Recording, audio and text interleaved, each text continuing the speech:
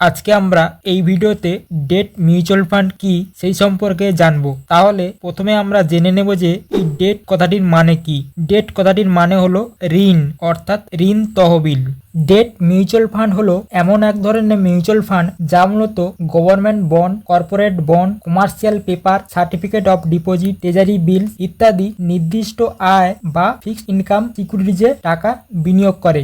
এই date mutual fund equity mutual ফান্ডের তুলনায় লো রিস্ক হয় এবং এই ডেট মিউচুয়াল ফান্ডগুলি নিয়মিত একটা স্থিতিশীল রিটার্ন প্রদান করে থাকে এবং খুব সহজেই টাকা তোলার লিকুইডিটি সুবিধা পাওয়া যায়।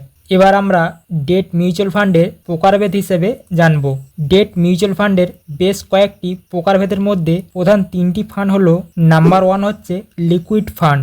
এখানে খুব অল্প সময়ের জন্য অর্থাৎ 90 দিনের মধ্যে টাকা বিনিয়োগ করা হয়।